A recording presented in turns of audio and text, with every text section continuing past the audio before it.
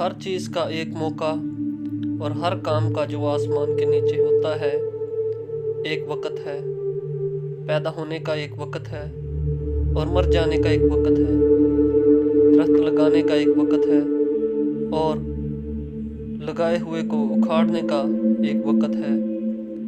مار ڈالنے کا ایک وقت ہے اور شفا دینے کا ایک وقت ہے۔ ڈھانے کا ایک وقت ہے اور تعمیر کرنے کا ایک وقت ہے۔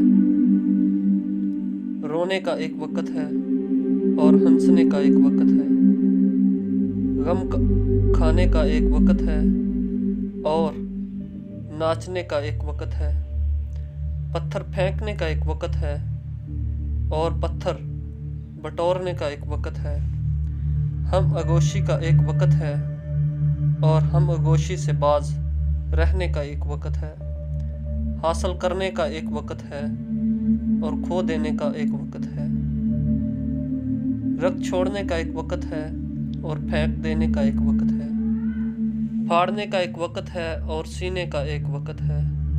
چپ رہنے کا ایک وقت ہے اور بولنے کا ایک وقت ہے۔ محبت کا ایک وقت ہے اور عداوت کا ایک وقت ہے۔ جنگ کا ایک وقت ہے اور صلح کا ایک وقت ہے۔ کام کرنے والے کو اس سے جس میں وہ محنت کرتا ہے کیا حاصل ہوتا ہے؟ میں نے اس سخت دکھ کو دیکھا جو خدا نے بنی آدم کو دیا ہے کہ وہ مشقت میں مبتلا رہیں۔ اس نے ہر ایک چیز کو اس کے وقت میں خوب بنایا اور اس نے ابدیت کو بھی ان کے دل میں جاگزین کیا ہے، اس لیے کہ انسان اس کام کو جو خدا شروع سے آخر تک کرتا ہے دریافت نہیں کر سکتا۔